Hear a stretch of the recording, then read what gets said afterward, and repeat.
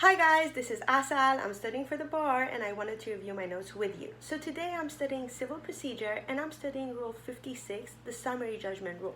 So this rule is actually very important because I've seen it being tested on my final and I've seen it on the past bar exams, and professors, they just love this, and attorneys, they use this a lot in their practice. So I'm going to go ahead and I'm going to read the rules for you word by word so that you memorize it. Maybe you can even replay so that you really memorize this rule. So, summary judgment. A motion for summary judgment or partial summary judgment.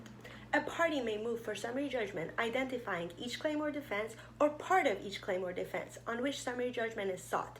The court shall grant summary judgment if the movement shows that there is no genuine dispute as to any material fact and that the movement is entitled to judgment as the matter of law. The court should state on the record the reasons for granting or denying summary judgment. So what do I mean by a material fact? Because that's actually very important. Like, you're going to have to analyze it, you're going to have to head note material fact, and you're actually going to have to get into it.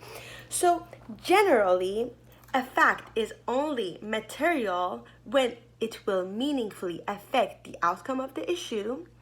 And a fact is material when we can't determine which side will prevail until we resolve any uncertainty about it. So that's actually very important because we don't know which side's going to prevail. There's going to be arguments on both sides. And then the next thing I would like to talk about is genuine issue. So what is a genuine issue exactly? What I mean by that is there's different reasonable inferences regarding that issue. That's how we have a genuine dispute. And also remember the burden shifting. I actually opened this book right here for you. This is my civil procedure crunch time. And right here it has some trial exam tips on trial procedures, and it gets to the summary judgment right here. So what it says over here is the burden shifting. So you really want to pay attention to the burden shifting because, first of all, show that there's no genuine dispute as to any material fact. This is the moving party. This is what the moving party does. And then show there is no genuine dispute as to the material fact. Then that's what the non-moving party does. So just remember that both sides, it's kind of like a tennis match. One person hits the ball and the other person has to hit back. That's how it works. And then the next thing I would like to talk about is that reasonable minds actually differ.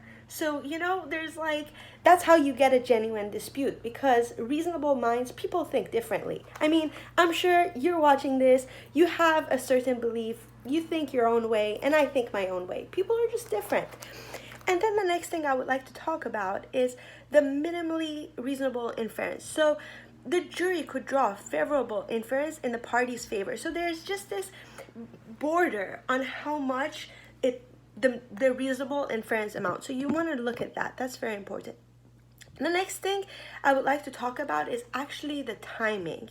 Unless the court orders otherwise, whether the case or by local rule, a summary judgment motion may be made at any time until the deadline, which is 30 days after the close of discovery. So that's actually back to the rule 56. That's actually rule 56B over here. Let me show you.